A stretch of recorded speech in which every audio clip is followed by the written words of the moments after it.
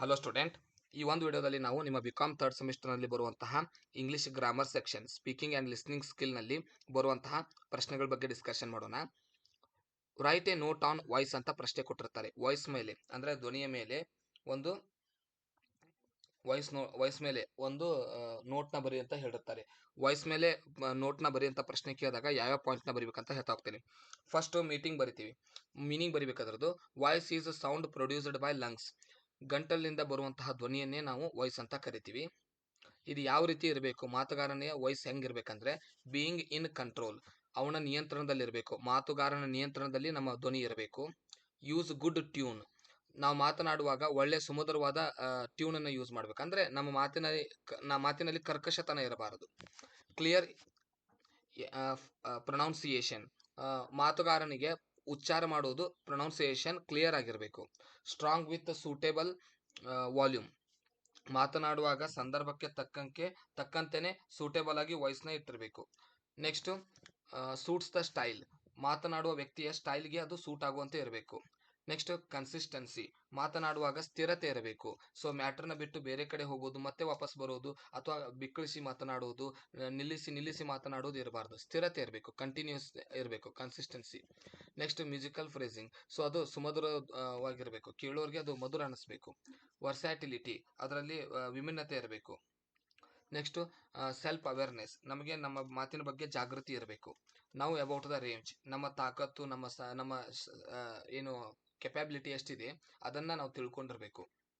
ಮಾತನಾಡುವಾಗ make it easy, ಮಾತುಗಳನ್ನು ಈಸಿಯಾಗಿ ಮಾತನಾಡುವ ಒಂದು ವಿಧವನ್ನು ಪ್ರಾಕ್ಟೀಸ್ ಮಾಡಿರಬೇಕು.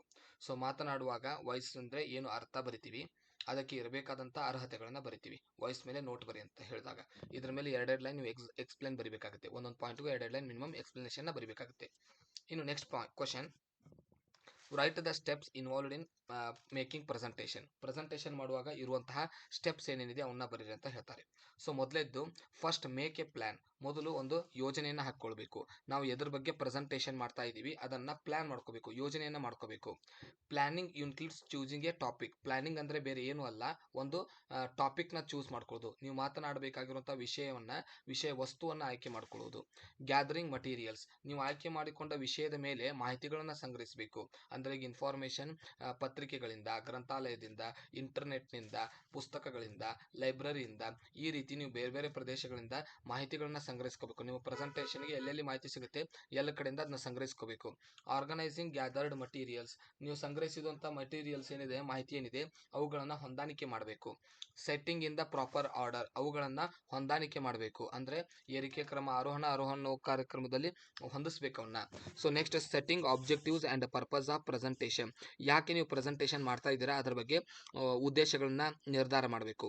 Keep necessary charts and diagrams, ಅರ್ಥವಾಗದಂಥ ವಿಷಯಗಳು ಡಿಫಿಕಲ್ಟ್ ಇರುವಂಥ ಸಂದರ್ಭದಲ್ಲಿ ಅವುಗಳಿಗೆ ಡಯಾಗ್ರಾಮ್ಸ್ ತೋರಿಸೋದ್ರ ಮೂಲಕ, ಚಾರ್ಟ್ಸ್ ತೋರಿಸೋದ್ರ ಮೂಲಕ ಆಡಿಯನ್ಸ್ಗೆ ಅರ್ಥ ಮಾಡಿಸ್ಬೇಕು. ಆದ್ದರಿಂದ ನಿಮ್ಮ ಪ್ರೆಸೆಂಟೇಷನ್ನಲ್ಲಿ ನೆಸಸರಿ ಇದ್ದಲ್ಲಿ ಡಯಾಗ್ರಾಮ್ಸ್ ಮತ್ತು ಚಾರ್ಟ್ಸ್ಗಳನ್ನ ಬಳಸಬೇಕು. Use simple language to make understand audience, ಆಡಿಯನ್ಸ್ಗೆ ಅರ್ಥ ಆಗೋ ರೀತಿ ಸಿಂಪಲ್ ಲ್ಯಾಂಗ್ವೇಜ್ನ ಬಳಸಿ ನೀವು ಪ್ರೆಸೆಂಟೇಷನ್ನ ಮಾಡಬೇಕು. Greeting audience with a smile, introducing self to the audience, ಯಾವಾಗಲೂ ನಗು ಮುಖದ ಮೂಲಕ ಆಡಿಯನ್ಸ್ನ ನೀವು ಗ್ರೀಟ್ ಮಾಡಬೇಕು ಮತ್ತು ನಿಮ್ಮನ್ನು ನೀವು ಪರಿಚಯ ಮಾಡ್ಕೊಳ್ಬೇಕು. ಸೆಟ್ ಫ್ರೀಕ್ವೆಂಟ್ ಆರ್ಡರ್ ಟು ಪ್ರೆಸೆಂಟೇಷನ್ಗೆ ಒಂದು ಸಿಸ್ಟಮೆಟಿಕ್ ಆರ್ಡರ್ನ ಮ್ಯಾಟರ್ನ ಸೆಟ್ ಮಾಡ್ಕೋಬೇಕು. ಇದಿಷ್ಟು ಬರೆದ್ರೆ ನಿಮಗೆ ಪೂರ್ತಿ ಅಂಕಗಳು ಸಿಗುತ್ತೆ. ಸೊ 2 ಪ್ರಶ್ನೆ ನೆನ್ಪಿಟ್ಕೊಳ್ಳಿ, ವಾಯ್ಸ್ ಮೇಲೆ ಬರ್ಬೋದು ಅಥವಾ ಪ್ರೆಸೆಂಟೇಷನ್ ಮೇಲೆ ಪ್ರಶ್ನೆ ಬರ್ಬೋದು. ಸೊ ಇವುಗಳ ಮೇಲೆ ಪ್ರಶ್ನೆ ಕೇಳಿದಾಗ ಉತ್ತರವನ್ನು ಬರೀಬೇಕಾಗುತ್ತೆ. ಮುಂದಿನ ವಿಡಿಯೋದಲ್ಲಿ ಮತ್ತೆ ಸಿಗೋಣ. ಎಲ್ರಿಗೂ ಕೂಡ ಧನ್ಯವಾದಗಳು.